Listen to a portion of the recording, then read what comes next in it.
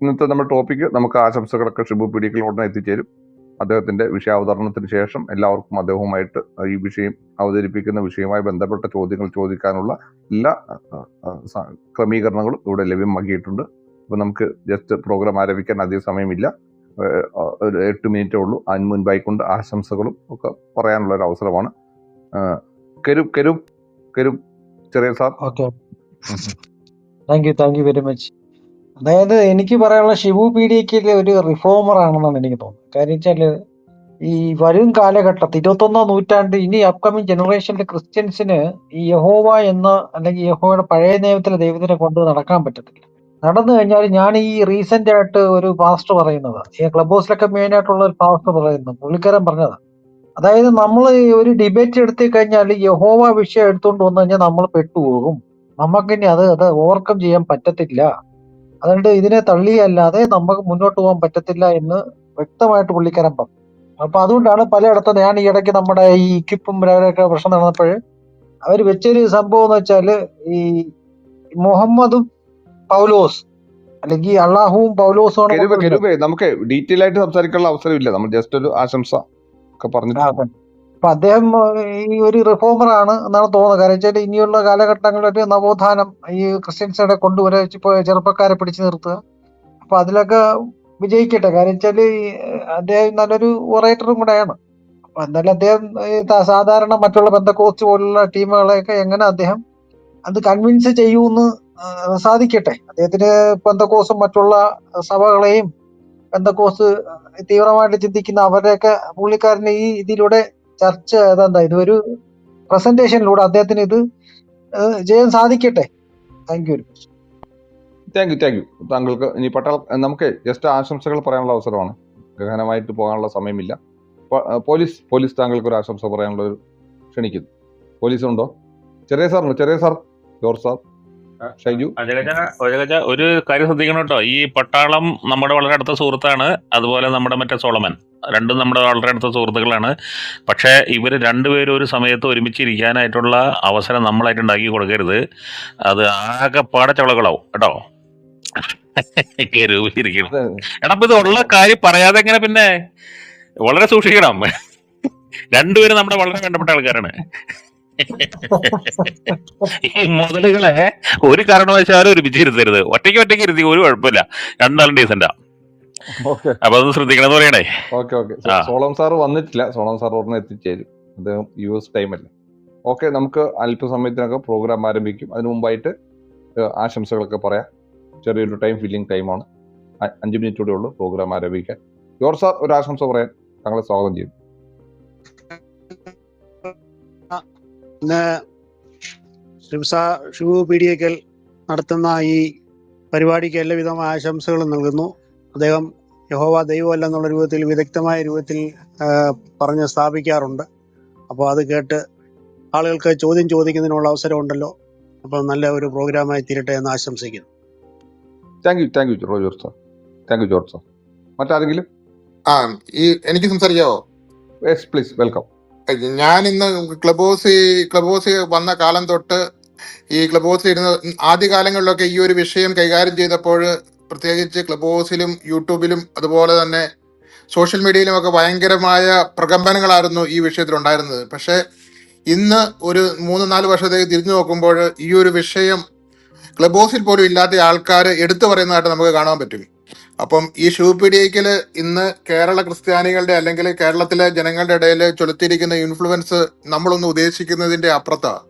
കാരണം പ്രത്യേകിച്ച് പ്രൊട്ടസ്റ്റന്റ് പെന്തക്കോസ്തക്കാർ യഹോവ മാത്രമാണ് ക്രിസ്ത്യാനികളുടെ ദൈവം, യേശുവിന്റെ പിതാവ് യഹോവയാണ് എന്ന് പറഞ്ഞിരുന്ന ഒരു അവസ്ഥയിൽ നിന്ന് പെന്തക്കോസ്തക്കാർ പോലും ഇന്ന് മാറ്റി ചിന്തിക്കേണ്ട അവസ്ഥയിലേക്ക് വന്നിട്ടുണ്ടെങ്കിൽ അതിന്റെ പുറകിലുള്ള ഷിബു പീഡിയക്കലിന്റെ ഇൻഫ്ലുവൻസ് ആണ് എന്ന് പറയാതിരിക്കാൻ പറ്റുകയില്ല. യഹോവ എന്ന് പറയുന്നത് ദൈവം തന്നെയാണ്, അത് യഹൂദരുടെ ദൈവമാണ്, അത് ക്രിസ്ത്യാനികളുടെ ദൈവമല്ല എന്ന് ഉറക്കെ ക്രിസ്ത്യാനികൾ ഇന്ന് പറയുന്നുണ്ടെങ്കിൽ അതിന്റെ പുറകിൽ ഷിബു പീഡിയക്കലാണ്. കാരണം ഈ ഒരു ഇന്നത്തെ പ്രോഗ്രാം ആ ഒരു ബോധ്യം അനേകരിലേക്ക് എത്തുവാനായിട്ട് കാരണമായി തീരട്ടെ എന്ന് പ്രാർത്ഥിക്കുന്നു.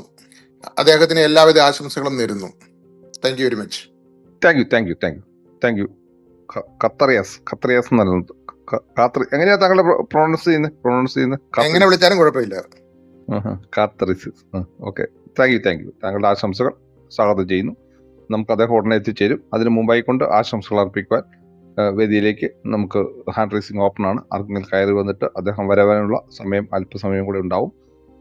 2-3 മിനിറ്റ് കൂടെ ഉണ്ടാവുള്ളൂ. അത് ഉടനെ എത്തിച്ചേർന്നാൽ ഉടനെ പ്രോഗ്രാം ആരംഭിക്കും. 7:30 ആണ് അദ്ദേഹം എത്തിച്ചേരുമെന്ന് അറിയിച്ച സമയം. അതിന് മുമ്പായിട്ട് ഷൈജു ബ്രദർ അല്ലെങ്കിൽ ആരെങ്കിലും അവൈലബിൾ ഉള്ളവർ മൈക്കിൾ എടുത്തോളൂ കേട്ടോ. ഹായ് കാക്ക സ്വാഗതം. ഷിബു പാസ്റ്റർ ഉടനെ എത്തിച്ചേരും. കാക്ക വെൽക്കം. വെൽക്കം. ഞാനിപ്പോൾ തിരക്കിലാണ്, ഡ്രൈവിംഗ് ആണ്, ട്രാവലിംഗ് ആണ്, ഇവിടെ ഉണ്ടാവും. ഓക്കെ. അജഗജ എന്നാ നമ്മൾ താഴോട്ട് പോയിക്കോട്ടെ. അജഗജ ആയിട്ടില്ല. അല്ല, എന്തായാലും സംഭവമേ ഇത് ഇന്നത്തെ സംഭവം താഴെ ഇപ്പൊ ആദ്യമായിട്ട് തിരക്ക് കണ്ട് അല്ലെങ്കിൽ ആൾക്കാരുടെ എണ്ണം കണ്ടതുകൊണ്ട് കുത്തിക്കയറി വന്ന ആളുകളോട് പറയാനുള്ളത്, ഇതിന്ന് ക്ലബ് ഹൗസിൽ ഒരു ഭൂകമ്പം ഉണ്ടാക്കാൻ തക്ക ഒരു വിഷയമാണ് ഇന്ന് ഇവിടെ എടുത്തിട്ടുള്ളത്. തീവണ്ടി, പേരിൽ തന്നെ ഒരു തീവണ്ടി ഉണ്ട്, പക്ഷെ അക്ഷരാർത്ഥത്തിൽ അതിന്ന് തീ തുപ്പുന്ന വണ്ടിയായിട്ട് മാറാനുള്ള സാധ്യതയുണ്ട്. ഇതിന്റെ പ്രകമ്പനം ഒന്ന് പറയപ്പെടോ, ഒരു കാര്യം ഒന്ന് പറയണ്ടേ. സപ്പോർട്ട് ചെയ്ത സപ്പോർട്ടി കുറച്ച് തീ വാരിയിട്ട് കത്തിക്ക് കുറച്ചും കൂടെ. തീവണ്ടി അല്ലടോ ഇന്ന് പൊട്ടാൻ പോകുന്ന തെർമോ ന്യൂക്ലിയർ ബോംബാണ്, ഹൈഡ്രജൻ ബോംബാ പൊട്ടാൻ പോകുന്നത്. പഴയ മറ്റേ ആറ്റം ബോംബല്ല, അതിന്റെ അഡ്വാൻസ് വേർഷനാ. അതുകൊണ്ട് അന്നമ്മടക്ക് അമ്മ പറയോ. ഞാനിപ്പോ ഈ പ്രോഗ്രാമുമായിട്ട് ബന്ധപ്പെട്ടിട്ട് എന്നെ ക്ലോസ് റൂമിൽ നിന്ന് വിളിക്കുന്നത്. ഞാനിപ്പോ അന്നമ്മടക്ക് അമ്മ ഉണ്ടല്ലോ. അതൊരു ഒന്നര ചീത്തായി പോയല്ലോ. അന്നം മുടക്കി അമ്മയെന്ന് അല്ല ചെറിയ അതല്ല. കഴിഞ്ഞ ഒരു ദിവസം ബെൻസ് പാവം അന്നമ്മയുടെ മുന്നില് ഒരിക്കപ്പെട്ട് വട്ടം തിരിഞ്ഞ് ഒരു രഹസ്യം പറഞ്ഞു തരാന്ന് പറഞ്ഞിട്ട്, ചിരിക്കല്ല മൈക്ക് മൂട്ടാക്ക്, ഒരു രഹസ്യം പറഞ്ഞു തരാന്ന് പറഞ്ഞിട്ട് ഒരു 1.5 മണിക്കൂർ കൊണ്ട് ഞാൻ ഈ മൂക്ക് കൊണ്ട് ഞാൻ ഈ മലയാള അക്ഷരമാല മുഴുവൻ വരപ്പിച്ച് വെച്ച് പോയി. ചിരിക്കണ്ട. അത് കഴിഞ്ഞ് പിന്നെ ദിവസം അയാൾ കഞ്ഞി വെക്കാനും മീൻകറിയും കഞ്ഞിയും വെക്കാനായിട്ടുള്ള ഒരു പദ്ധതിയായിരുന്നു. വർത്താനം പറഞ്ഞ് അവസാനം അയാൾ നോയമ്പ് വെപ്പിച്ച്. അതുകൊണ്ട് അന്ന് മുതൽ ഞാൻ പേര് മാറ്റി. അന്നമ്മ എന്നുള്ള പേര് ഒരിക്കലും ചേരുകയല്ല, അന്നമുടക്കി അമ്മയാണ് ഏറ്റവും ചേരുന്ന പേര്. ഞാൻ അങ്ങനെ വിളിക്കത്തുള്ളൂ. അത് എന്ത് കേസ് വേണമെങ്കിലും ആർക്കും കൊടുക്കാം. നമ്മളെ കൊണ്ട് ചെറിയ ഇതൊക്കെയല്ല പറ്റത്തുള്ളൂ. പെന്തക്കോസുകാരുടെ അന്നം മുടക്കൂന്നാണോ പറയുന്നത്? എനിക്ക് പുള്ളി തിരിച്ചു വന്നായിരുന്നല്ലോ. സോറി, നിങ്ങൾ സ്വീകരിക്കല്ല. ഇപ്പൊ എനിക്ക് തൽക്കാലം ഒന്നും പറയാനില്ല. എന്ത് ചെയ്യാൻ പറ്റും ചെറിയ നമ്മൾ വിത്ത് റെസ്പെക്ട് അല്ല. ഞാൻ പറയുന്നത് എല്ലാവരും ഇവിടെ ഭയങ്കര തീയാകുമെന്നൊക്കെയാണ്. പക്ഷെ ഞാൻ പറയുന്നത് ഒന്നും പേടിക്കണ്ട മക്കളെ. യഹോവയുടെ കാര്യം നമുക്ക് ഇന്ന് ശരിയാകും. പിന്നെ നിങ്ങൾ ഇതിനെപ്പറ്റി ഭാരപ്പെടേണ്ട കാര്യം പോലും വരത്തില്ല. നിങ്ങൾ ഇന്നോട്ട് നിങ്ങൾ സന്തോഷത്തോടു കൂടി നിങ്ങൾക്ക് ജീവിക്കാൻ പറ്റും. അതുകൊണ്ട് എല്ലാ മനസ്സിലായി വരുന്നുണ്ട് ചെറിയ.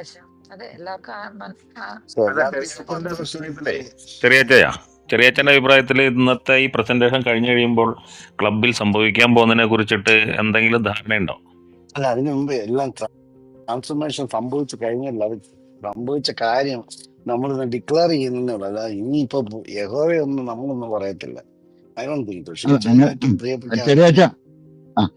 ഞാനൊരു മെഡിക്കൽ ടെർമിനോളജി വേണമെങ്കിൽ പറയാം. ഈ മറ്റേ ലോക്കൽ അനസ്തേഷ്യ കൊടുക്കും അല്ലെങ്കിൽ ടോട്ടൽ അനസ്തേഷ്യ കൊടുക്കും. അന്ന് മുടക്കുകയാണെങ്കിൽ കൃത്യമായിട്ട് പറഞ്ഞുതരും. നമുക്ക് ചെറിയ അറിവ് കൊണ്ട് പറഞ്ഞുതരാം. അപ്പൊ ഈ ചരിപ്പ് വന്നു കഴിയുമ്പം പിന്നെ സർജറി വലിയൊരു വേദന ഉണ്ടാക്കുകയല്ല. അപ്പൊ ആ തരിപ്പ് ഓൾറെഡി വന്നു കഴിഞ്ഞാണ് ചെറിയച്ഛൻ പറഞ്ഞത്. ഇനി സർജറി മാത്രം നടന്നാൽ മതി അല്ലേ? അല്ലല്ല, ഇനി സർജറി ചെയ്യുന്നില്ല. നമ്മൾ അതിന്റെ ഫ്യൂസ് ഊരുക എന്നുള്ളതാണ്. ആ കർത്തവ്യത്തിലേക്കാണ് നിർവഹിക്കുന്നത്. എല്ലാവർക്കും അത് വന്നിരിക്കുക. എന്നേ ഇതെടുക്കുക. വേണ്ടപ്പെട്ടവർക്കൊക്കെ പ്രാർത്ഥനയോടെ ഇരിക്കാം. ഞാൻ ഒരു ലോങ് ജേർണിയും ഡ്രൈവിംഗും ഒക്കെയാണ്. ഇപ്പോൾ ജസ്റ്റ് ഒരു 10 മിനിറ്റ് ഗ്യാപ്പ് ഉണ്ട്. അത് പൂർണ്ണ ഭംഗിയോടെ ആസ്വദിക്കാൻ പറ്റില്ല. ചെറിയ സങ്കടമുണ്ട് എനിക്ക്. ഇതില്ല, അതൊന്നും പിന്നൊന്നും ഇല്ലല്ലോ. നിശബ്ദതയല്ലേ, നിശബ്ദതയാണല്ലോ. പിന്നെ താഴെ ഇരിക്കുന്ന ജിബി തീ പോലെ ഇറക്കണമെന്ന് പ്രാർത്ഥിക്കാൻ തുടങ്ങി. അതിന്റെ അപ്പുറത്തേക്കൊന്നും ഇല്ലല്ലോ.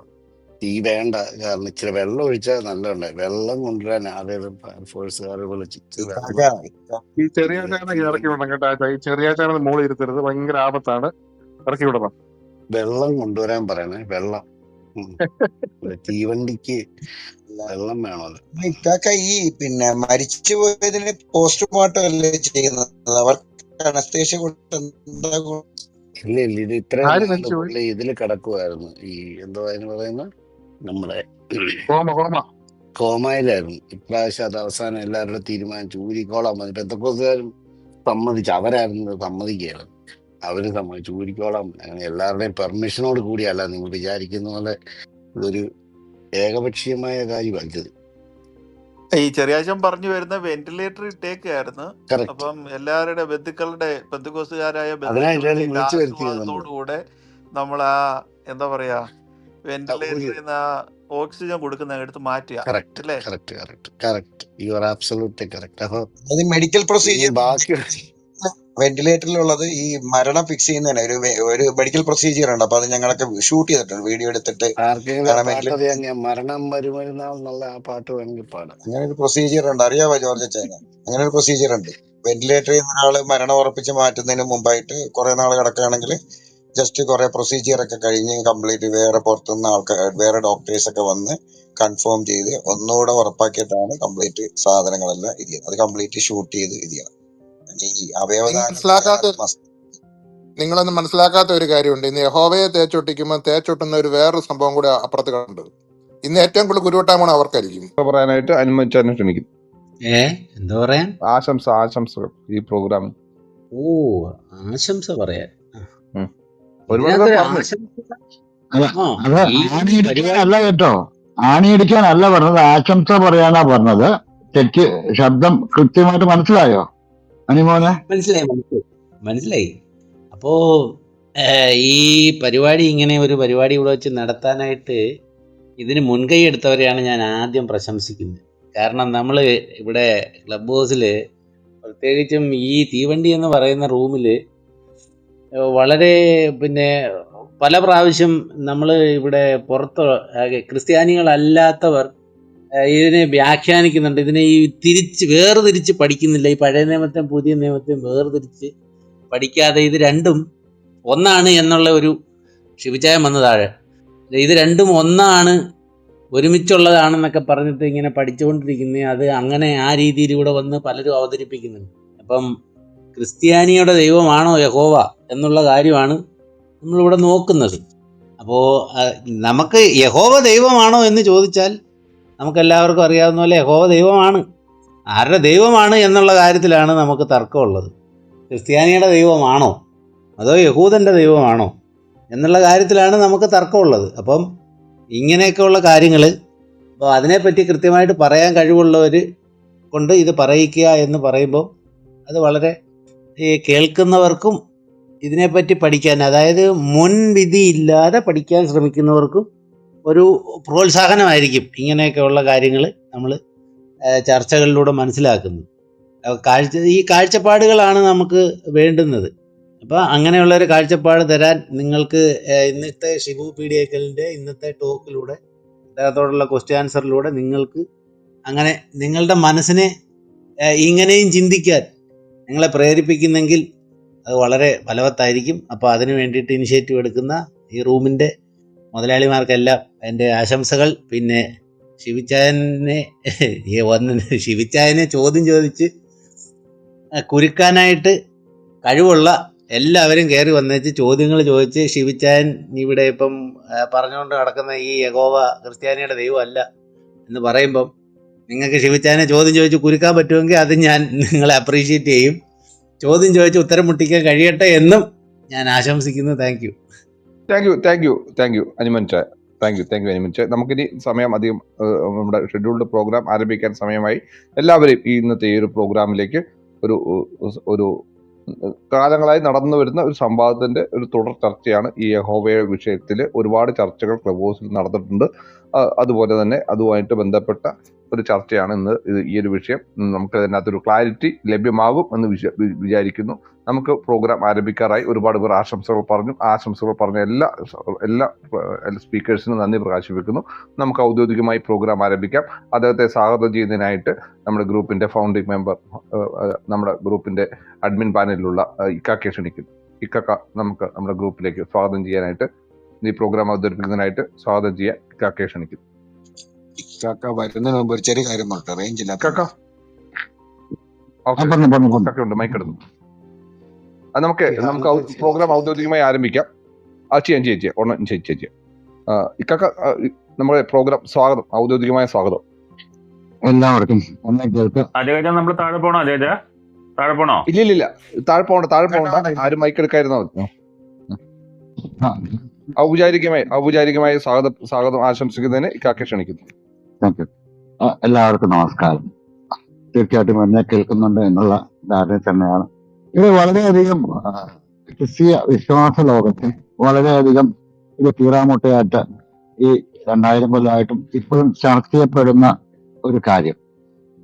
യഹോവ പഴയ നിയമത്തിലെ ജൂതന്മാരുടെ ദൈവമായിട്ടുള്ള യഹോവ തന്നെയാണ് ക്രിസ്ത്യാനിയിലേക്ക് വരുമ്പോഴും ദൈവം എന്നുള്ള കാര്യത്തെക്കുറിച്ച് വളരെ ബോൾഡായിട്ടുള്ള ബൈബിളിന്റെ കാര്യങ്ങളിൽ അല്ലെങ്കിൽ ക്രിസ്തീയ ധർമ്മ തിയോളജിക്കൽ കാര്യങ്ങളിൽ അത്യാവശ്യം ക്ലബ്ഹൗസിൽ തന്നെ മുമ്പെന്ന് പറയാവുന്ന കാര്യശേഷിയുള്ള സാരാഗ്രഹി മുഴുവനും ഗ്രഹിക്കാൻ അല്ലെങ്കിൽ ശ്രമിക്കുന്ന ആളായിട്ടുള്ള ഷിബു ചാനെന്ന് ഞാനോ ഷിബു പാസ്റ്റർ എന്ന മറ്റെല്ലാവരും വിളിക്കുന്ന ഷിബു ചാനാണ് ഇന്ന് ഇത്രയും ഈ ഒരു വെയിറ്റ് ഏറിയ ഒരു സബ്ജക്ട് ഇന്ന് ഇവിടെ അവതരിപ്പിക്കുന്ന.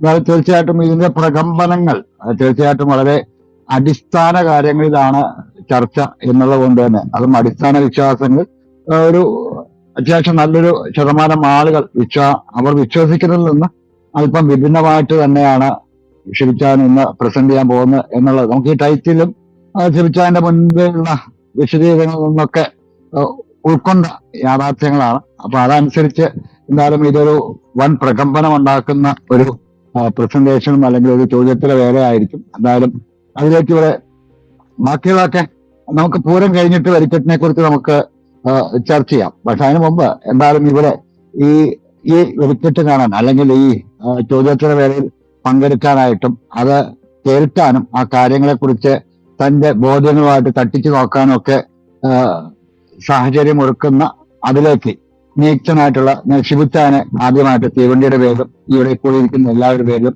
സ്വാഗതം ചെയ്യുന്നു. പിന്നെ ഒട്ടും ഷിബുച്ചാൻ പറഞ്ഞ കാര്യങ്ങൾ ഒറ്റയ്ക്കൊരു മുറി നടച്ചിട്ടുകൊണ്ട് പറഞ്ഞിട്ട് കാര്യമില്ല. അത് കേൾക്കാനും അതിനെക്കുറിച്ച് വിശകലനം ചെയ്യാനായിട്ട് താഴെ എത്തിയ ശ്രോതാക്കൾ തന്നെയാണ് ഏറ്റവും മുഖ്യമായിട്ടുള്ള ആളുകൾ. അവരെയും ഞാൻ ഈ തീവണ്ടിയുടെ പേരിൽ ഇവിടെ ഇരിക്കുന്ന എല്ലാവരുടെയും പേരിൽ സ്വാഗതം ചെയ്യുന്നു. പിന്നെ പാനലിലുള്ള എന്റെ സഹയാത്രികരായിട്ടുള്ള സഹമോഡുകളെയും എല്ലാവരും തീവണ്ടിയുടെ പേരിൽ ഔദ്യോഗികമായിട്ട് തന്നെ സ്വാഗതം ചെയ്യുന്നു. ഈ സ്വാഗതങ്ങളൊക്കെ തന്നെയും ഒരു സ്വാഗത പ്രസംഗം എന്ന നിലയ്ക്ക് എന്റെ വ്യക്തിപരമായിട്ടും എല്ലാവരെയും ഞാൻ ഇവരെ സ്വാഗതം ചെയ്യുകയും ഇത് കഴിയുന്നതും തിരക്കുകൾ അവഗണിച്ചുകൊണ്ട് ഇത് വെയിറ്റേജ് ഉള്ള ഒരു സബ്ജക്റ്റാണ്. അപ്പൊ അത് കേൾക്കാനും മനസ്സിലാക്കാനും ഉൾക്കൊള്ളാനും ശ്രമിക്കണമെന്ന് എല്ലാവരോടും അഭ്യർത്ഥിച്ചുകൊണ്ട് ഞാൻ ഔദ്യോഗികമായിട്ടുള്ള എന്റെ സ്വാഗത പ്രസംഗം പറയുന്നു. ബാക്കിയുള്ളതൊക്കെ നമുക്കിത് കഴിഞ്ഞിട്ട് ഇതിന്റെ എന്താണ് എന്നുള്ളത് നമുക്ക് പിന്നീട് അത് സ്വാഗത പ്രസംഗത്തിന് ചേർന്ന ഒരു കാര്യമല്ല. അപ്പൊ ഞാൻ അതിലേക്ക് കിടക്കുന്നില്ല. എല്ലാവരും ഒന്നുകൂടെ സ്വാഗതം ചെയ്തുകൊണ്ട് ഞാൻ നിർത്തുന്നു. നന്ദി. വെൽക്കം ഷിബു. ഞാൻ ഒരു അറിയിപ്പ് ഒന്ന് ജസ്റ്റ് ഒന്ന് പറഞ്ഞോട്ടെ, പെട്ടെന്ന് പറഞ്ഞു തീർത്ത് എന്നിട്ട് ശിവച്ചായി തുടങ്ങിക്കോട്ടെ. അതായത് നോർമലി ഈ പരിപാടിയിൽ നമ്മൾ ഇവിടെ ആരും ബ്ലോക്ക് ചെയ്തിട്ടില്ല. നോർമലി ഇതിന് ഇവിടെ വരാൻ പറ്റുന്നില്ല എന്ന് നമുക്ക് ആർക്കും ഉണ്ടെങ്കിൽ എല്ലാവർക്കും കടന്നു വരാം. കാരണം അപ്പുറത്തെ റൂമിൽ അത് കേട്ടത് കൊണ്ടാണ് പറഞ്ഞത്. TF ആളുകൾക്കൊക്കെ കടന്നു വന്നുകൊണ്ട് ശിവച്ചാനോട് ചോദ്യം ചോദിക്കാൻ തീർച്ചയായിട്ടും ഇവിടെ അവസരം ഉണ്ടായിരിക്കും. അജനയൊക്കെ തേച്ചൊട്ടിച്ചു എന്നാണ് പറഞ്ഞത്. ആ അജനാണ് ഇവിടെ പരിപാടി മെയിൻ ആയിട്ട് നടത്തുന്നതെന്ന് ഇവിടെ നിങ്ങളോട് എല്ലാവരോടും അഭ്യർത്ഥിച്ചു കൊള്ളുന്നു. Thank you. നമുക്ക് അദ്ദേഹത്തെ ഷിബു പാസ്റ്റർ സ്വാഗതം ചെയ്യാം. അതിന് മുമ്പായിക്കൊണ്ട് നമ്മൾ ഹാൻഡ് റൈസിങ് ജസ്റ്റ് ടൈം ബീയിങ്ങിനായി മാത്രം ക്ലോസ് ചെയ്തതാണ്. കാര്യം നമ്മൾ വിഷയ അവതരണം നടക്കുമ്പോൾ തുടർച്ചയായി ഹാൻഡ് റൈസിങ് വരുമ്പോൾ അതിന്റെ നോട്ടിഫിക്കേഷൻ സൗണ്ട് ഡിസ്റ്റർബൻസ് ആവുന്നതുകൊണ്ട് മാത്രമാണ് ഹാൻഡ് റൈസിങ് ഇപ്പോൾ ക്ലോസ് ചെയ്തത്. വിഷയ അവതരണത്തിന് ശേഷം എല്ലാ ശ്രോതാക്കൾക്കും വേദിയിലേക്ക് സ്വാഗതമുണ്ട്. അവർക്കെല്ലാവർക്കും ഈ സൗഹൃദ ചർച്ചയിൽ പങ്കെടുക്കാനും ചോദ്യങ്ങൾ ചോദിക്കാനുമുള്ള എല്ലാ അവകാശവും എല്ലാ ശ്രോതാക്കൾക്കും ഉണ്ട്. ഏവരെയും ഒരിക്കൽ കൂടി സ്വാഗതം ചെയ്യുന്നു ഇന്നത്തെ പ്രോഗ്രാമിലേക്ക്. ഷിബുച്ചായ വെൽക്കം. നമുക്ക് വിഷയം അവതരിപ്പിക്കാം. വിഷയം ആരംഭിക്കുന്നതിനായിട്ട് ഷിബുച്ചായനെ എല്ലാ ശ്രോതാക്കളുടെ പേരിലും തീവണ്ടി ഗ്രൂപ്പിന്റെ പേരിലും സ്വാഗതം ഇക്കാക്ക പറഞ്ഞു. ഞാൻ വീണ്ടും ഒരിക്കൽ കൂടി സ്വാഗതം ചെയ്യുന്നു. വെൽക്കം ഷിബുച്ചായ, വെൽക്കം. Thank you. ബാവായും പുത്രനും ശുദ്ധമുള്ള റൂഹായുമായ സത്യേകദൈവത്തിന്റെ തിരുനാമത്തിൽ തനിക്ക് സ്തുതി. നമ്മുടെ മേൽ തന്റെ കരുണയും മനോഗുണവും എന്നേക്കും ഉണ്ടായിരിക്കട്ടെ. ആമീൻ. എല്ലാവർക്കും നമസ്കാരം. തീവണ്ടി റൂമില് യഹോവ ക്രിസ്ത്യാനികളുടെ ദൈവമല്ല എന്ന വിഷയം അവതരിപ്പിക്കുവാൻ എന്നെ ക്ഷണിച്ചതിനും ഈ ഒരവസരം ഒരുക്കിയതിനും ഈ ക്ലബിന്റെ നടത്തിപ്പുകാരോടും ഭാരവാഹികളോടും കൃതജ്ഞത പ്രകാശിപ്പിച്ചുകൊണ്ട് ആരംഭിക്കുന്നു. പുരാതന ഈജിപ്ത് എന്ന് പറയുമ്പോൾ ഏറ്റവും പുരാതന സംസ്കൃതികളിൽ ഒന്നാണ്.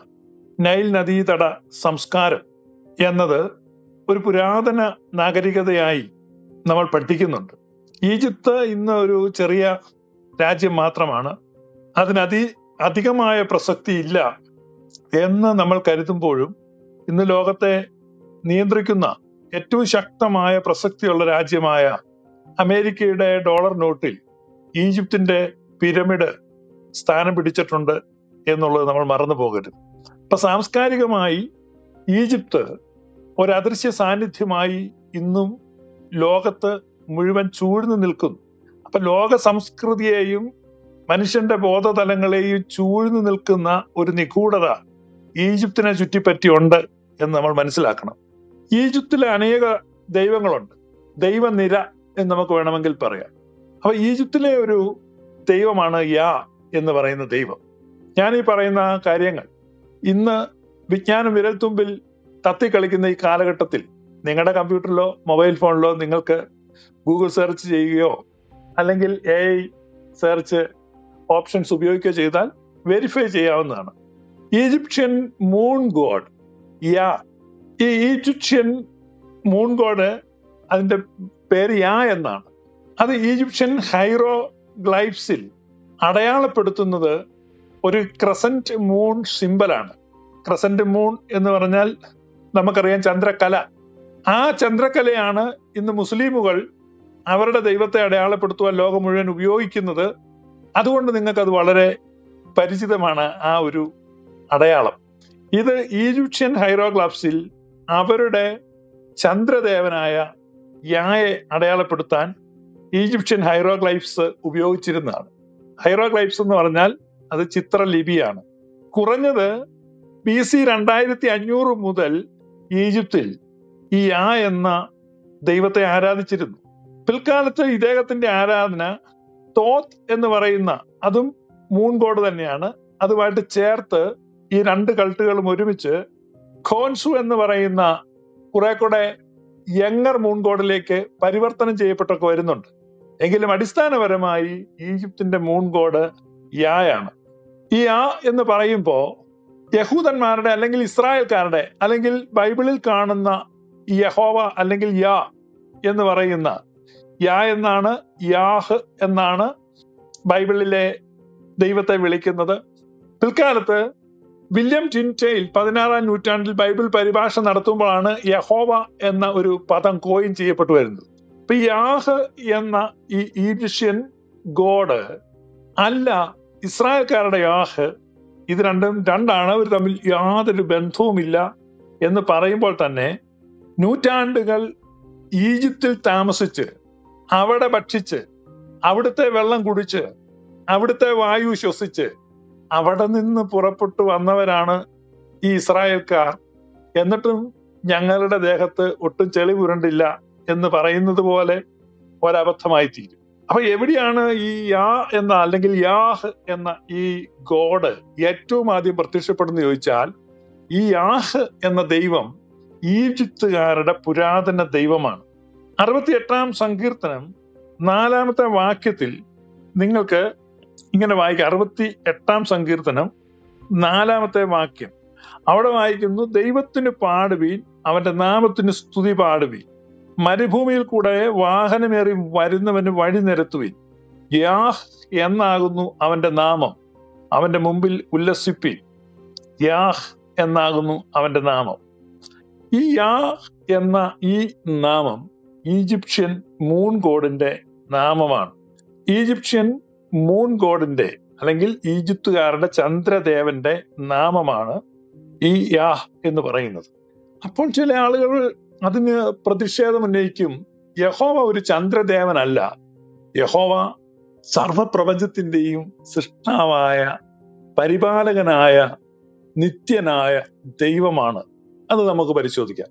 അങ്ങനെ ഒരു ദൈവസങ്കല്പം ബൈബിളിലുണ്ട്.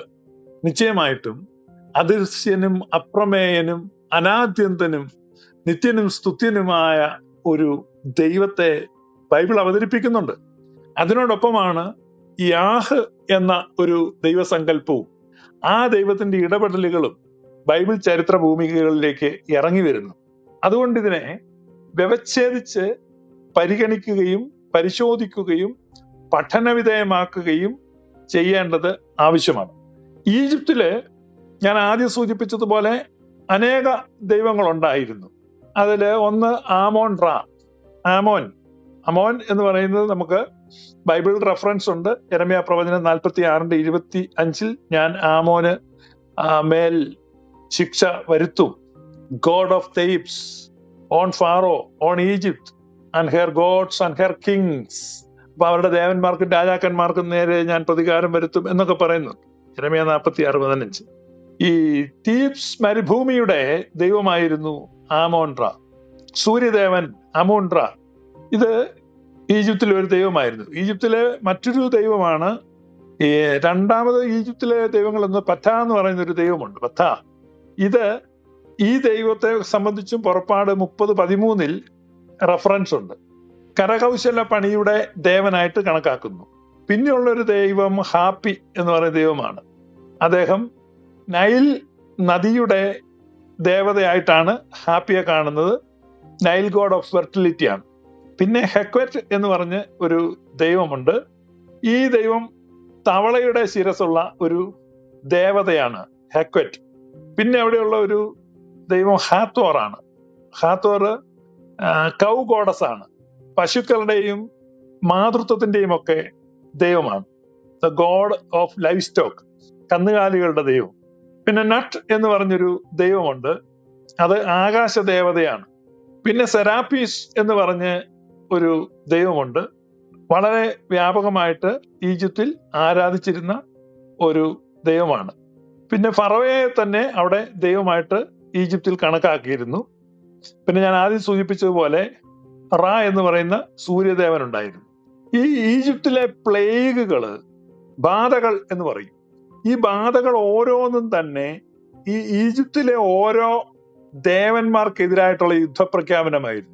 തവളകൾ പെരുകി വരുന്നതായിട്ട്, നൈൽ നദിയിലെ വെള്ളം രക്തമാകുന്നതായിട്ട്, അന്ധകാരം ഉണ്ടാകുന്നതായിട്ട്, സൂര്യനെ മറയ്ക്കുന്നതായിട്ട്, ഇങ്ങനെ നമ്മൾ നോക്കുമ്പോൾ ഓരോ ബാധകളും ഈജിപ്തിലെ ഓരോ ദേവതാ സങ്കല്പങ്ങളെ അല്ലെ ദേവസങ്കല്പങ്ങളെ തകിടം മറിക്കാൻ ഉദ്ദേശിച്ചാണ് അവിടെ നടക്കുന്നത്.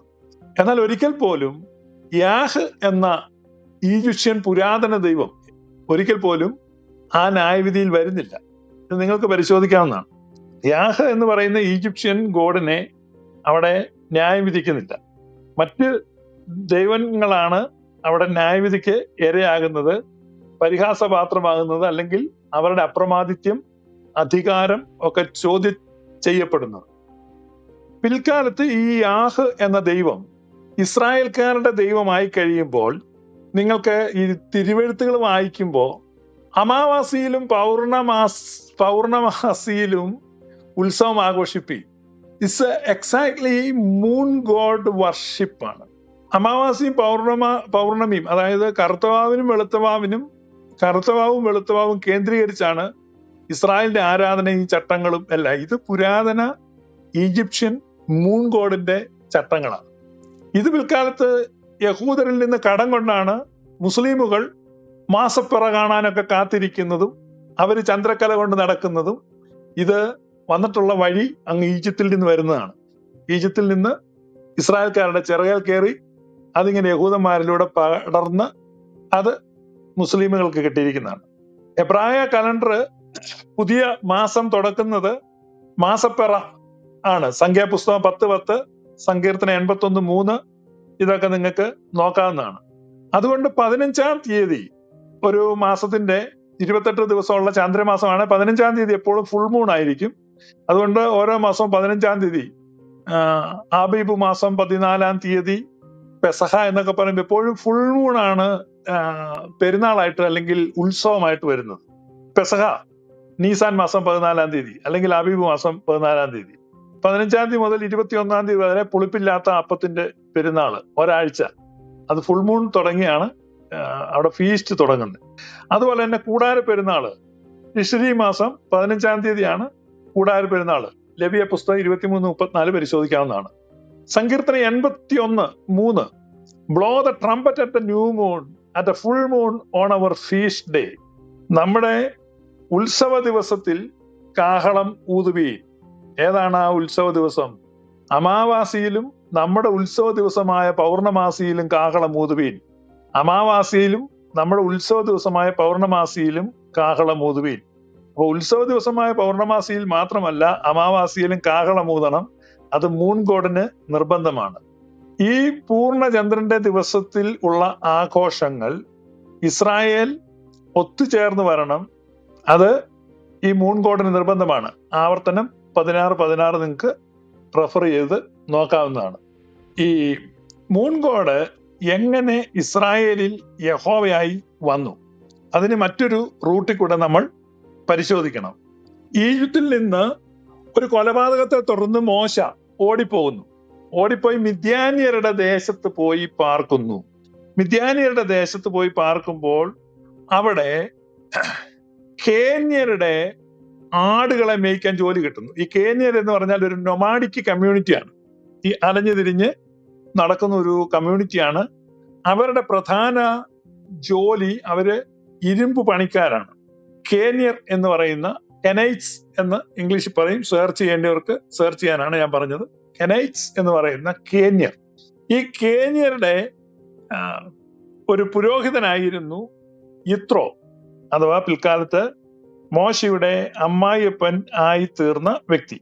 യിത്രോയുടെ മകളെയാണ് മോശ വിവാഹം കഴിക്കുന്നത്. മിദ്യാന്യ പുരോഹിതൻ എന്ന് പറയുന്നത് മിദ്യാന്യ ദേശത്ത് അവർ താമസിക്കുന്നത് കൊണ്ട് മിദ്യാന്യ പുരോഹിതൻ എന്ന് പറയുന്നു. പക്ഷേ അവർ യഥാർത്ഥത്തിൽ കേന്യരാണ്. ഈ കേന്യർ എന്ന് പറയുന്നത് കായിന്റെ പിൻഗാമികളാണ്. കായിന്റെ പിൻഗാമികളാണ് കേന്യർ എന്നുള്ളത് നമുക്ക് വളരെ വ്യക്തമായി മനസ്സിലാക്കാൻ പറ്റും.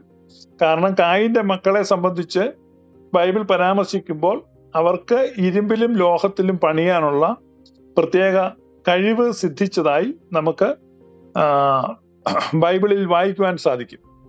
അതുകൊണ്ടാണ് ഞാൻ പറഞ്ഞത് കേന്യർ എന്ന് പറയുന്നത്, അത് ഫോണിറ്റിക്കലി നമ്മൾ നോക്കുമ്പോഴും നമുക്ക് അങ്ങനെ മനസ്സിലാക്കാൻ സാധിക്കും. ഫോണിറ്റിക്കലി പരിശോധിച്ചാലും അത് കേന്യരും കായിന്റെ വംശവും ഒന്നായിട്ട് വരും. ഈ കേന്യര് എന്ന് പറയുന്നത് കായിന്റെ വംശപരമ്പരയിൽ പെട്ടവരാണ്. ഇവരുടെ ദൈവമായിട്ട് വരാനുള്ള സാധ്യത എന്താണെന്ന് ചോദിച്ചാൽ ഈജിപ്തുകാരുമായിട്ട് ഇവർക്കുണ്ടാകുന്ന നിരന്തര സമ്പർക്കമാണ്. കാരണം ഈ ലോകത്തിൽ പണിയുന്ന ആളുകൾ, ഇവരിൽ ധാരാളം ആളുകൾ ഈജിപ്തിൽ പോയി ജോലി ചെയ്തിരുന്നതായിട്ട് നമുക്ക് രേഖകൾ ലഭിക്കുന്നുണ്ട്. അപ്പൊ ഈജിപ്തുമായിട്ട് വളരെ ആഴമായ ദീർഘകാല ബന്ധമുള്ള ഇവരുടെ ദൈവമായി ഈ യാഹ് വരാനുള്ള സാധ്യത വളരെ അധികമാണ്. കേന്യരുടെ പുരോഹിതനായിരിക്കുന്ന യിത്രോവിന്റെ മകളെ വിവാഹം ചെയ്ത മോശ ഇസ്രായേലിനെ വിമോചിപ്പിക്കുവാനുള്ള ദൗത്യവുമായി ഈജിപ്തിലേക്കാണ് പോകുന്നത്.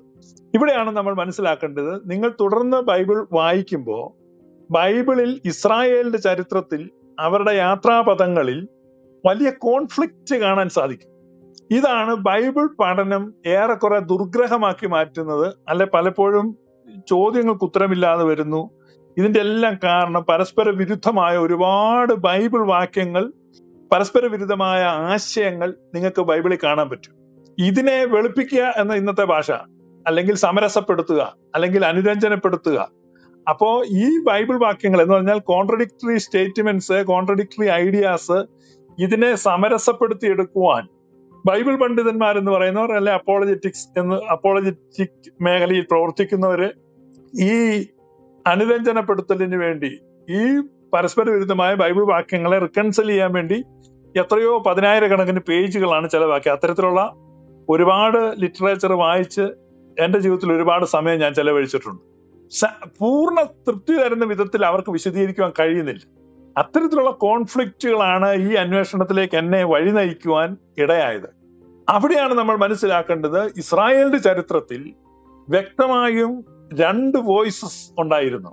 ഇതെവിടെയാണ് ഈ 2 വോയിസസ് വരുന്നത്? ഇസ്രായേലിന്റെ പൂർവിക ദൈവം, അബ്രഹാത്തിന്റെ ദൈവവും ഇസ്ഹാക്കിന്റെ ദൈവവും യാക്കോബിന്റെ ദൈവവും എന്ന് അടയാളപ്പെടുത്തുന്ന അവരുടെ പിതാക്കന്മാരുടെ ദൈവം ഇസ്രായേലിന്റെ യാത്രാപഥങ്ങളിൽ, അവരുടെ വഴിത്താരകളിൽ അവർക്ക് അനുഗ്രഹവും ഐശ്വര്യവും സമാധാനവും സ്നേഹവും സന്തോഷവും സംതൃപ്തിയും സമൃദ്ധിയും വർഷിച്ചുകൊണ്ട് അവരോട് കൂടെ നടന്നിരുന്നു.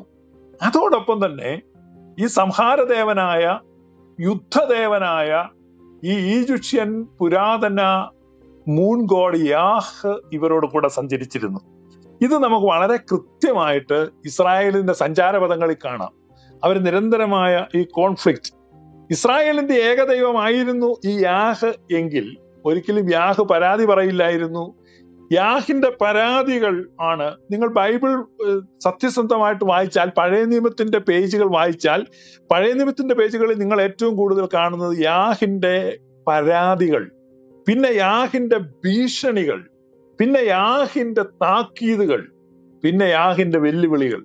ഇതാണ് ബൈബിളിന്റെ പുറങ്ങളിൽ. അപ്പൊ നിങ്ങൾ നോക്കൂ, ഒരു ദൈവം നിരാശപ്പെട്ട് സങ്കടം പറയുന്നു, പരാതി പറയുന്നു, ഭീഷണിപ്പെടുത്തുന്നു, താക്കീത് കൊടുക്കുന്നു, വെല്ലുവിളിക്കുന്നു. നിങ്ങൾ ബൈബിൾ പുറങ്ങളിൽ മുഴുവൻ ഇതാണ്. അപ്പൊ ഇങ്ങനെ ഒരു ദൈവമുണ്ടോ? ഒരു സ്ഥലത്തോ രണ്ട് സ്ഥലത്തോ വല്ലോ ഒരു താക്കീത് കൊടുക്കുക, അങ്ങനല്ലിത്. തുടർച്ചയായിട്ട് ബൈബിൾ മുഴുവൻ ഈ ദൈവം വായ തുറക്കുമ്പോഴൊക്കെ ഇതിലേതെങ്കിലും ഒരു സംഗതിയാണ് പറയുന്നത്. അപ്പോൾ ആ ഇസ്രായേലിനെ ആശ്വസിപ്പിക്കുവാനും ധൈര്യപ്പെടുത്തുവാനും ശക്തിപ്പെടുത്തുവാനും സാന്ത്വനിപ്പിക്കുവാനും അവർക്ക് മറ്റൊരു ദൈവമുണ്ട്. ഇപ്പൊ രണ്ട് ദേവന്മാർ അല്ലെങ്കിൽ രണ്ട് ദൈവശക്തികൾ, അല്ലെ രണ്ട് എൻറ്റിറ്റീസ് ഇസ്രായേലിന്റെ മധ്യേ വസിച്ചിരുന്നു. ക്രമേണ ഇവര് തമ്മിലുള്ള അകലം കൂടി വരികയാണ്. അവര് ഒരു കൂട്ടര് എലോഹിസ്റ്റുകൾ എന്ന് ഇസ്രായേൽ തിരിയുകയാണ്. ഏൽ എന്ന് പറയുന്ന അവരുടെ പിതാക്കന്മാരുടെ ദൈവത്തെ, പുരാതന ദൈവത്തെ സേവിക്കുകയും ആരാധിക്കുകയും ചെയ്യുന്ന ആ ഏൽ ദൈവത്തിന്റെ അനുയായികൾ എലോഹിസ്റ്റുകൾ എന്നും, യാഹ് എന്ന ദൈവത്തെ ആരാധിക്കുന്നവർ യാഹിസ്റ്റുകൾ എന്നും ഇസ്രായേൽ രണ്ടായിട്ട് പിരിയുന്നു. പിന്നീട് ഇവർ തമ്മിൽ സംഘർഷങ്ങൾ ഉണ്ടാകുന്നുണ്ട്.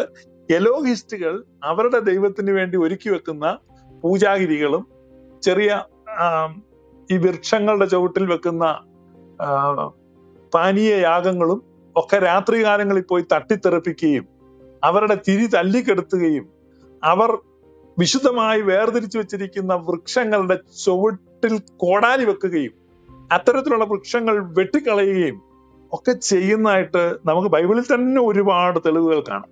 അതൊക്കെ ഒരു ഹീറോയിക്ക് ആക്ട് ആയിട്ടാണ് യാഹിസ്റ്റുകൾ റെക്കോർഡ് ചെയ്തിരിക്കുന്നത്. ആ പൂജാഗിരികൾ ഞങ്ങൾ ഇടിച്ചു കളഞ്ഞു, ആ വൃക്ഷങ്ങൾ ഞങ്ങൾ വെട്ടിക്കളഞ്ഞു.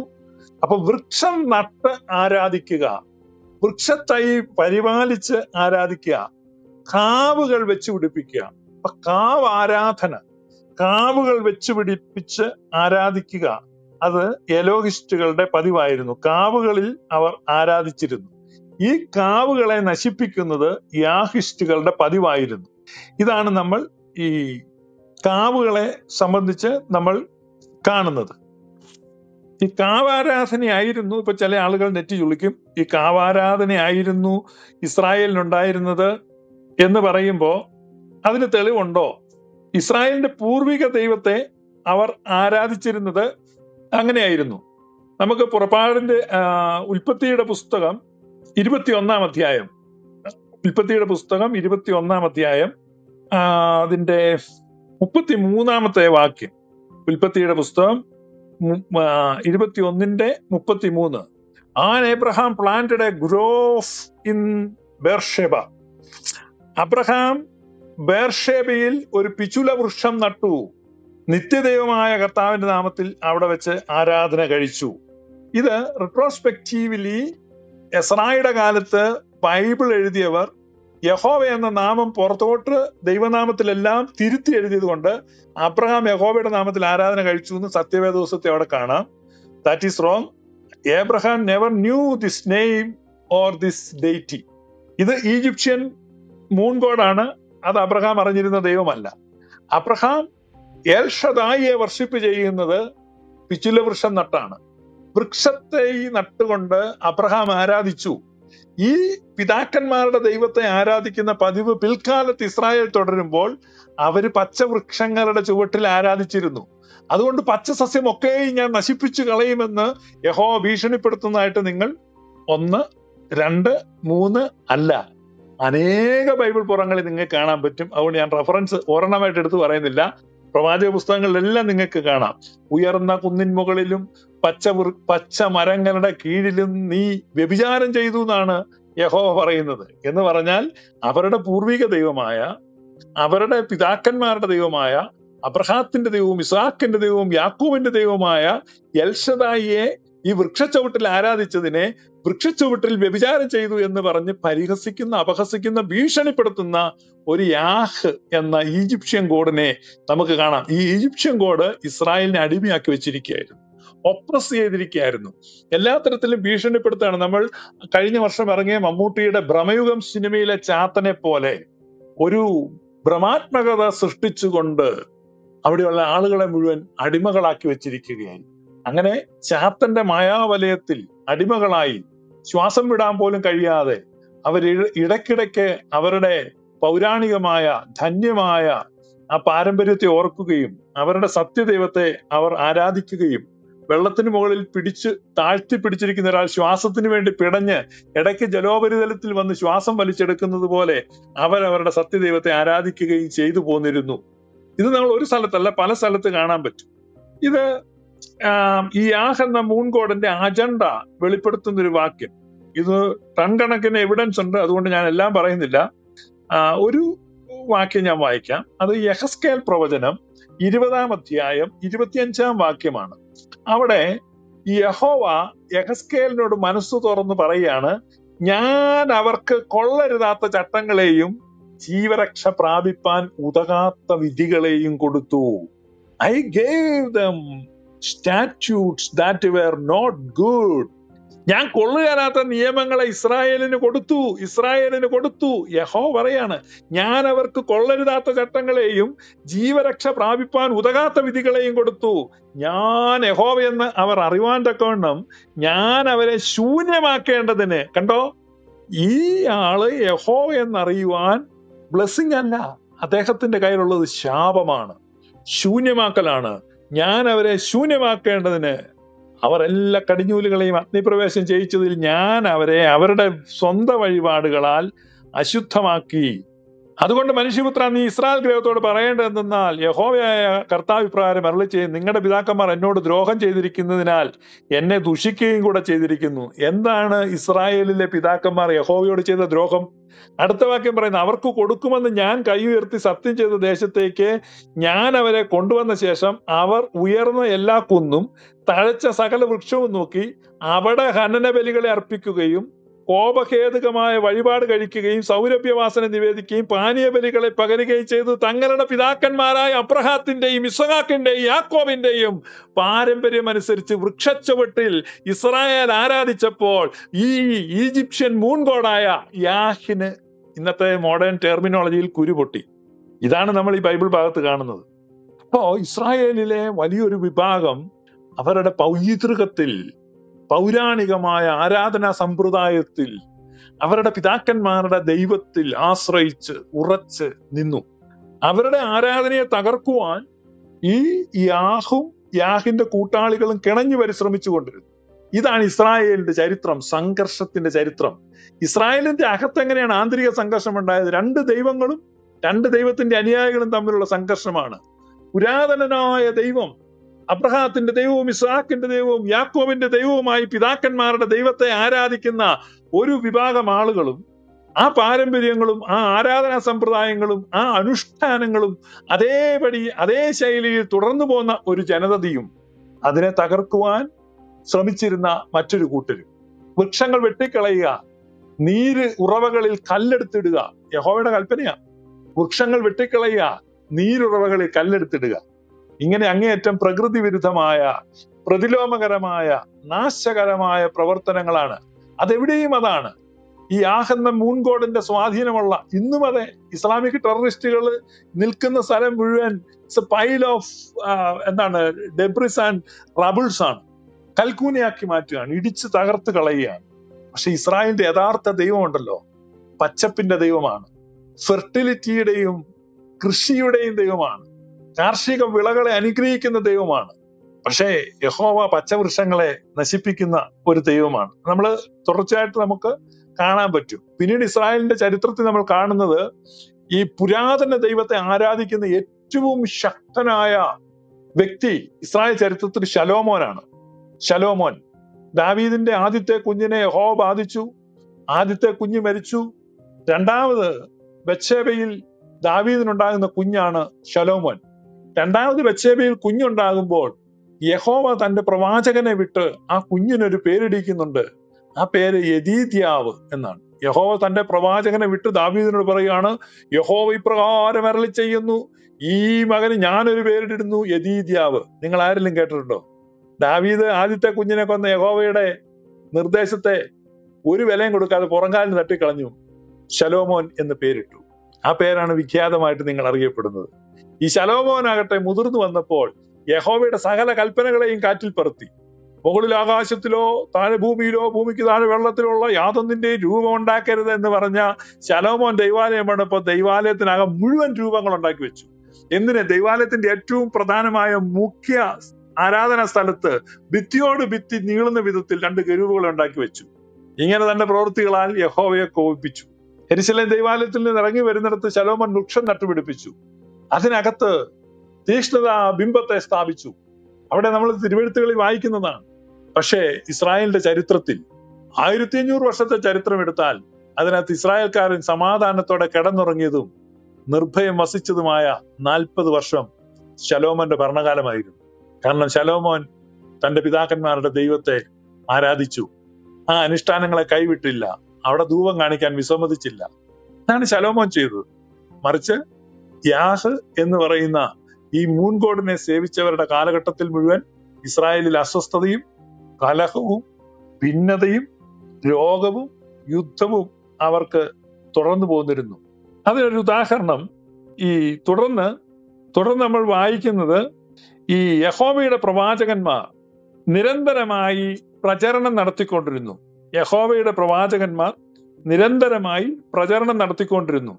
ആ പ്രചരണം എന്തായിരുന്നു? നിങ്ങൾ സത്യദൈവത്തെങ്കിലേക്ക് തിരിയുക, നിങ്ങൾ സത്യദൈവത്തെങ്കിലേക്ക് തിരിയുക, മറ്റ് ദൈവങ്ങളെ വിടുക. എന്താണ് നിങ്ങൾ കാണുന്നത്? ഒരു കാര്യം മാത്രം ചിന്തിക്കുക. ഇസ്രായേലിനെ മിസ്രയീമിൽ നിന്ന് കൊണ്ടുവന്ന ആ യാത്ര മരുഭൂമിയിൽ കൂടെ സഞ്ചരിക്കുകയാണ് 40 വർഷം.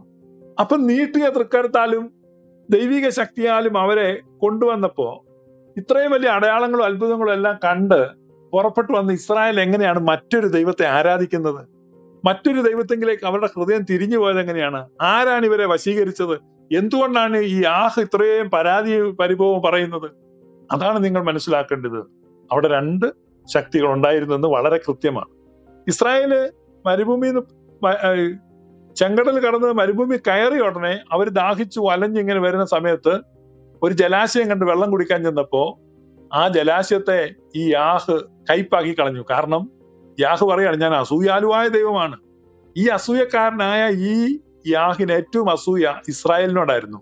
ഇസ്രായേലിനെ മുച്ചൂടും മുടിക്കുക, ഇസ്രായേലിനെ നശിപ്പിക്കുക, ഇസ്രായേലിനെ ശൂന്യമാക്കുക എന്നതായിരുന്നു തന്റെ ആഗ്രഹമെന്നും അത് ഞാൻ മരുഭൂമിയിൽ വെച്ച് കൈ ഉയർത്തി സത്യം ചെയ്തതാണെന്നും പിൽക്കാലത്ത് ഏതോ ഒരു സമയത്ത് യഹസ്കേലിനോട് അദ്ദേഹം തുറന്നു പറയുന്നതാണ്. ഞാൻ മുമ്പ് യഹസ്കേൽ 20:25 വായിച്ച് കേൾപ്പിച്ചു, ഞാൻ അവരെ ശൂന്യമാക്കുമെന്ന് ഞാൻ മരുഭൂമിയിൽ വെച്ച് കൈ ഉയർത്തി സത്യം ചെയ്തിരുന്നു.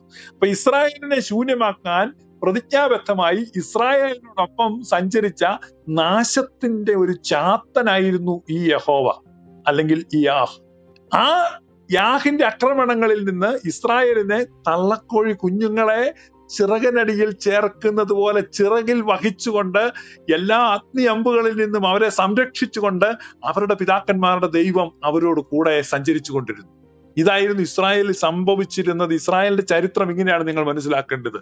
ഇങ്ങനെ നടക്കുന്ന ഈ ഇസ്രായേലിനെ ഈ അന്ധകാര പ്രഭുവിന്റെ കയ്യിൽ നിന്ന് മോചിപ്പിക്കുവാൻ ദൈവം തന്റെ പുത്രനെ അയച്ചു. അതാണ് യേശു കർത്താവിന്റെ ജനനം. അതുകൊണ്ടാണ് കർത്താവ് പറയുന്നത്, അന്ധകാരത്തിൽ നിന്ന് നിങ്ങളെ വിടുവിക്കുവാൻ. നോക്ക്, കർത്താവിന്റെ ജനനത്തിൽ തന്നെ പറയുന്നത് എന്താണ്?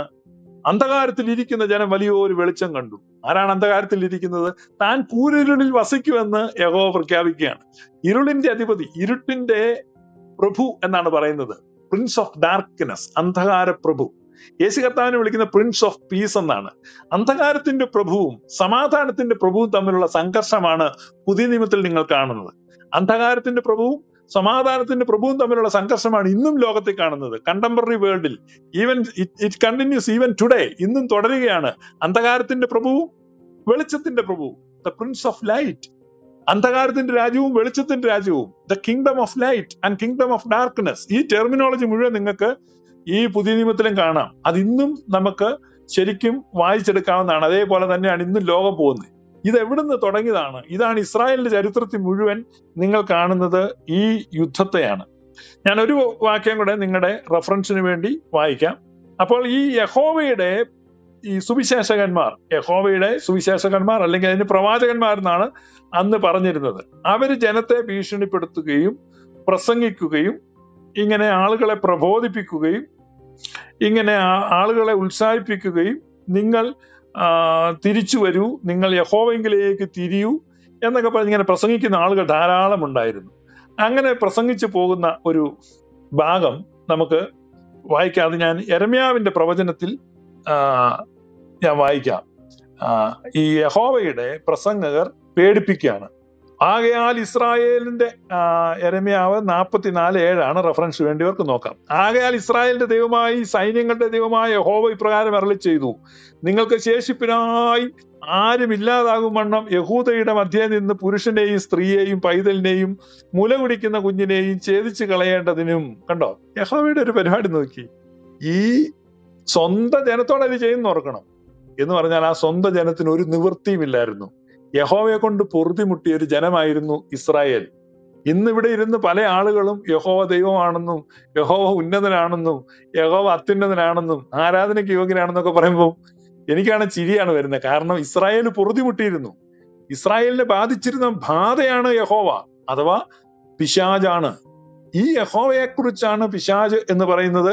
യഹോവയേക്കാൾ മികച്ചൊരു പിശാജില്ല. ഇവിടെ പല ആളുകളും പിശാജ് എന്ന് പറയുമ്പോൾ ഓർക്കും അത് എവിടുന്നാ വന്നേ? ഈ ഇസ്രായേലിനെ ബാധിച്ചിരുന്ന ഈ ബാധയിൽ നിന്ന്, ഈ കരാള ഹസ്തങ്ങളിൽ നിന്ന്, ഈ ക്രൂര ദംഷ്ട്രകളിൽ നിന്ന് ഇസ്രായേലിനെ മോചിപ്പിക്കുവാനാണ് പ്രിൻസ് ഓഫ് പീസ്, സമാധാനത്തിന്റെ രാജകുമാരൻ എഴുന്നള്ളി വന്നത്. ഈ പശ്ചാത്തലമാണ് നിങ്ങൾ മനസ്സിലാക്കേണ്ടത്. അല്ല യഹോവ മാന്യനും മിടുക്കനുമായിരുന്നെങ്കിൽ യഹോവ തുറന്ന് നയിച്ചാൽ മതിയായിരുന്നു. യഹോവയുടെ കർത്തൃത്വത്തെ അവസാനിപ്പിച്ച് ആ കർത്തൃത്വത്തെ പിടിച്ചെടുക്കുന്നു. അതുകൊണ്ടാണ് യേശു കർത്താവ് എന്ന് ഏറ്റുപറയുന്നവർ എന്ന് പൗലോസ്ലീഹ പറയുന്നത്. ഇസ്രായേലിന്റെ കർത്തൃത്വത്തിൽ വന്ന ഷിഫ്റ്റ് ആണ് നമ്മൾ സുവിശേഷത്തിൽ കാണുന്നത്. ഇവിടെ നോക്ക്, യഹോവയുടെ പ്രവാചകൻ ഭീഷണിപ്പെടുത്തുകയാണ്. എന്താണ്? ആകയാൽ ഇസ്രായേലിന്റെ ദൈവമായ യഹോവ ഇപ്രകാരം ചെയ്യുന്നു, നിങ്ങൾക്ക് ശേഷിപ്പായി ആരും ഇല്ലാതാകും വണ്ണം യഹൂദയുടെ മധ്യേ നിന്ന് പുരുഷനെയും സ്ത്രീയെയും പൈതലിനെയും മൂല കുടിക്കുന്ന കുഞ്ഞിനെയും വരെ ഛേദിച്ച് കളയേണ്ടതിന്. കണ്ടോ, നിങ്ങൾ വന്നു പാർക്കുന്ന മിസ്രയീം ദേശത്ത് വെച്ച് അന്യദേവന്മാർക്ക് ധൂപം കാണിച്ച് നിങ്ങളുടെ കൈകളുടെ പ്രവൃത്തികൾ കൊണ്ട് എന്നെ കോപിപ്പിക്കുന്നതിനാൽ നിങ്ങളെ തന്നെ ഛേദിച്ച് കളഞ്ഞിട്ട് സകല ഭൂജാതികളുടെയും ഇടയിൽ നിങ്ങൾ ശാപവും നിന്ദയുമായി തീരേണ്ടതിന് നിങ്ങളുടെ പ്രാണഹാനിക്കായി മഹാദോഷം ചെയ്യുന്നത് എന്ത്? യഹൂദാദേശത്തും യെരുശലേമിന്റെ വീഥികളിലും നിങ്ങളുടെ പിതാക്കന്മാർ ചെയ്ത ദോഷങ്ങളും യഹൂദ രാജാക്കന്മാർ ചെയ്ത ദോഷങ്ങളും അവരുടെ ഭാര്യമാർ ചെയ്ത ദോഷങ്ങളും നിങ്ങൾ ചെയ്ത ദോഷങ്ങളും നിങ്ങളുടെ ഭാര്യമാർ ചെയ്ത ദോഷങ്ങളും നിങ്ങൾ മറന്നുപോയോ? എന്താണ്? അവരുടെ പിതാക്കന്മാരുടെ ദൈവത്തിന് ധൂപം കാണിച്ചു, അവിടെ അട ചുട്ടുവെച്ചു. അവർ ഇന്നുവരെയും തങ്ങളെ തന്നെ താഴ്ത്തിയില്ല. അവർ ഭയപ്പെടുകയോ ഞാൻ നിങ്ങളുടെ മുമ്പിലും നിങ്ങളുടെ പിതാക്കന്മാരുടെ മുമ്പിലും വെച്ച ന്യായപ്രമാണവും ചട്ടങ്ങളും അനുസരിച്ച് നടക്കുകയോ ചെയ്തതുമില്ല.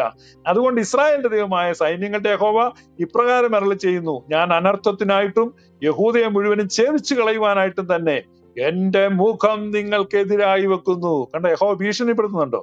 മിസ്രയീം ദേശത്ത് ചെന്ന് പാർപ്പാൻ അവിടെ പോകേണ്ടതിന് മുഖം തിരിച്ചിരിക്കുന്ന യഹൂദ ശിഷ്ടത്തെ ഞാൻ പിടിക്കും, അവരെല്ലാവരും മുടിഞ്ഞു പോകും. ഈ മിസ്രയീം ദേശത്ത് അവർ വീഴും, വാൾ കൊണ്ടും ക്ഷാമം കൊണ്ടും അവർ മുടിഞ്ഞു പോകും. അവർ ആബാലവൃദ്ധം വാൾ കൊണ്ടും ക്ഷാമം കൊണ്ടും മരിക്കും. അവർ പ്രാക്കിനും സ്തംഭനത്തിനും ശാപത്തിനും നിന്ദയ്ക്കും വിഷയമായി തീരും. ഞാൻ യെരുശലേമിനെ സന്ദർശിച്ചതുപോലെ മിസ്രയീം ദേശത്ത് പാർക്കുന്നവരെയും വാൾ കൊണ്ടും ക്ഷാമം കൊണ്ടും മഹാമാരി കൊണ്ടും സന്ദർശിക്കും. മിസ്രയീം ദേശത്ത് പാർക്കുന്ന യഹൂദശിഷ്ടത്തിൽ ആരും അവർക്ക് മടങ്ങിച്ചെന്ന് പാർപ്പാൻ ആഗ്രഹമുള്ള യഹൂദ ദേശത്തേക്ക് മടങ്ങിപ്പോവാൻ തക്കവണ്ണം ചാടിപ്പോകയില്ല, ശേഷിക്കുകയില്ല.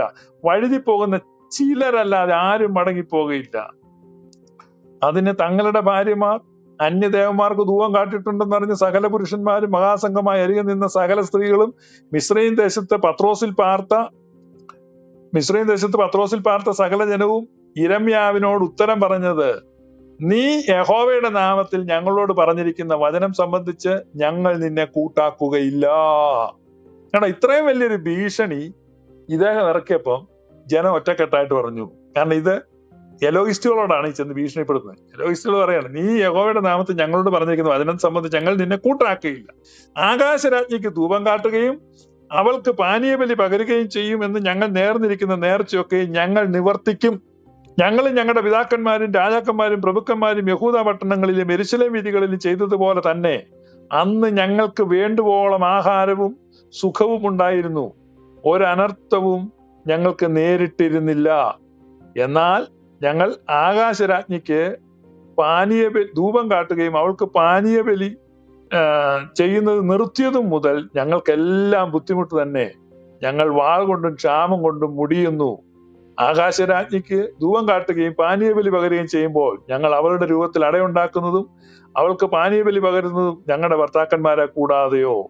എത്ര കൃത്യമാണ്! നിങ്ങൾ ഈ രണ്ട് ഗ്രൂപ്പായിട്ടായിരുന്നു ഇസ്രായേൽ നിന്നിരുന്നതെന്നും അവിടെ രണ്ട് ഡെയ്റ്റീസ് ഉണ്ടായിരുന്നു എന്നുള്ളതിന് തെളിവാണ് ഞാൻ വായിച്ചത്.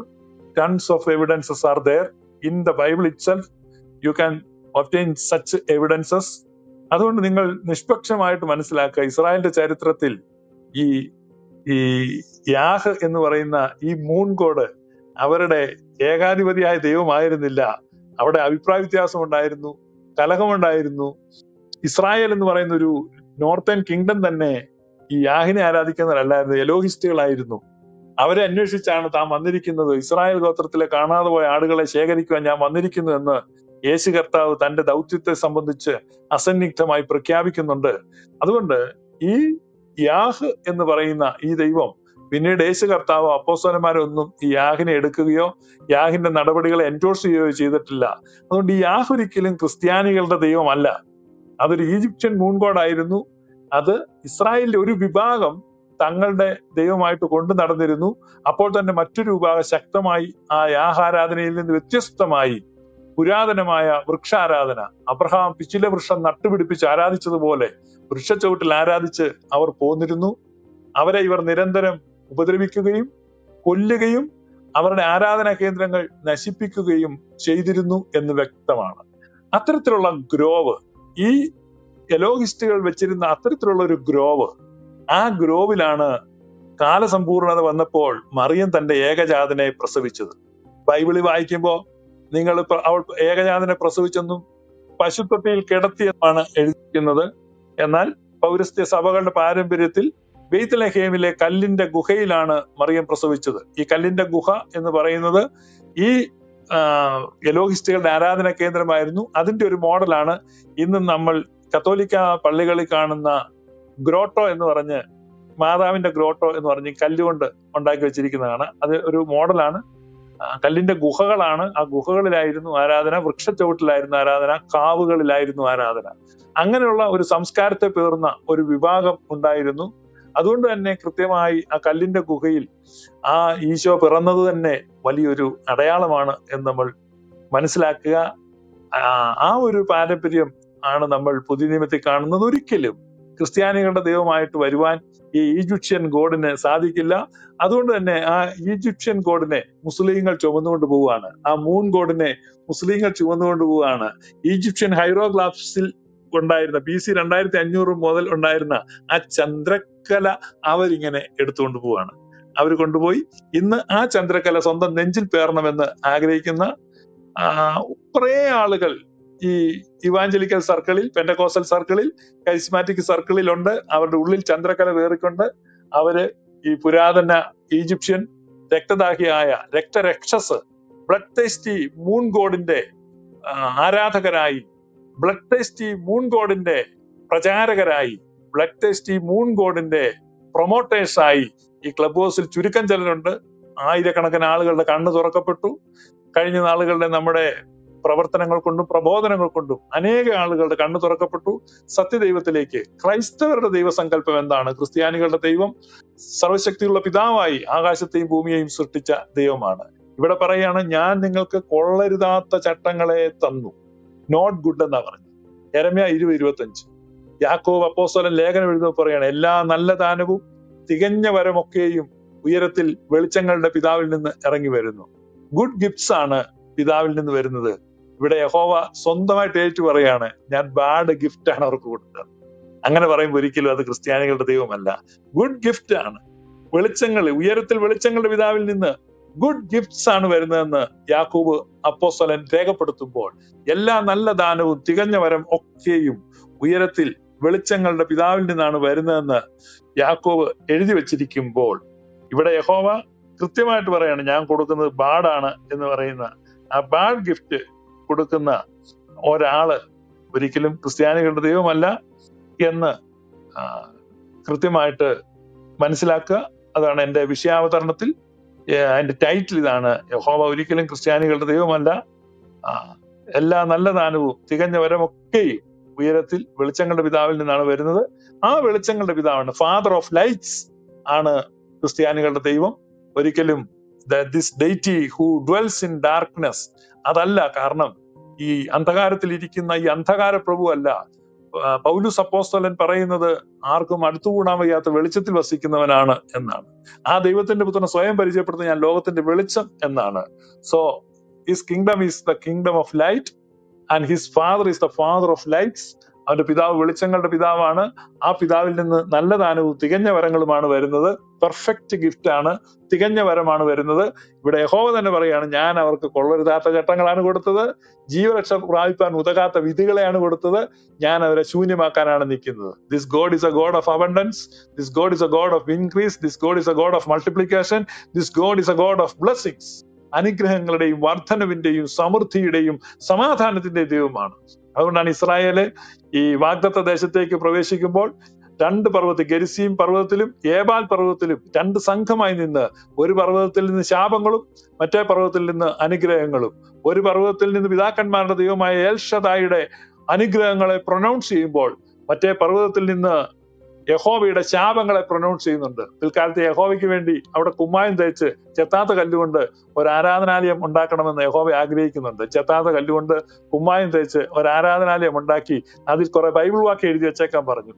കുമ്മായം പൂശിയ ഒരു ഓഞ്ഞ കെട്ടിടത്തിൽ കുറച്ച് ബൈബിൾ വാക്യങ്ങളും എഴുതി വെച്ച് ഒരു ആരാധന കേന്ദ്രം ഉണ്ടാക്കാൻ യഹോവ പറഞ്ഞു. എന്നാൽ ശലോമോൻ ആരാധന പണിതപ്പോൾ ചെത്തി വെടിപ്പാക്കിയ കല്ലുകൊണ്ട് മനോഹരമായ ആരാധനാലയം സകലവിധ ശില്പകലാ വൈദഗ്ധ്യത്തോടുകൂടെ അകത്ത് ധാരാളം ശില്പങ്ങളോടുകൂടെ ഒരെണ്ണം പണിത് വെച്ചു. അത് യഹോവയുടെ ഹിതമല്ലായിരുന്നു എന്ന് മനസ്സിലാക്കുക. ഇതാണ് ഇസ്രായേലിന്റെ യഥാർത്ഥ ദൈവം. ഇസ്രായേലിന്റെ യഥാർത്ഥ ദൈവമായ ആ ദൈവത്തിന്റെ ആരാധനയുടെ പാരമ്പര്യത്തിന്റെ പൈതൃകത്തിന്റെ ആ ഒരു ഭൂമികയിലാണ് ക്രിസ്ത്യൻ വർഷിപ്പ് വന്നിട്ടുള്ളത്. അതുകൊണ്ട് ക്രിസ്ത്യാനികൾ ഒരിക്കലും യഹോവ ആരാധകരോ യഹോവയുടെ ഭക്തന്മാരോ യഹോവയുമായിട്ട് എന്തെങ്കിലും ബന്ധമുള്ളവരല്ല. ഈ യഹോവ അഥവാ യാഹ് എന്ന് പറയുന്ന ഈജിപ്ഷ്യൻ മൂൺഗോഡ് ഒരിക്കലും ക്രിസ്ത്യാനികളുടെ ദൈവം ആയിരുന്നില്ല, ആയിരിക്കാൻ പാടുള്ളതുമല്ല എന്ന് പറഞ്ഞുകൊണ്ട് ഞാൻ എൻ്റെ അവതരണത്തെ ചുരുക്കുന്നു. നന്ദി, നമസ്കാരം.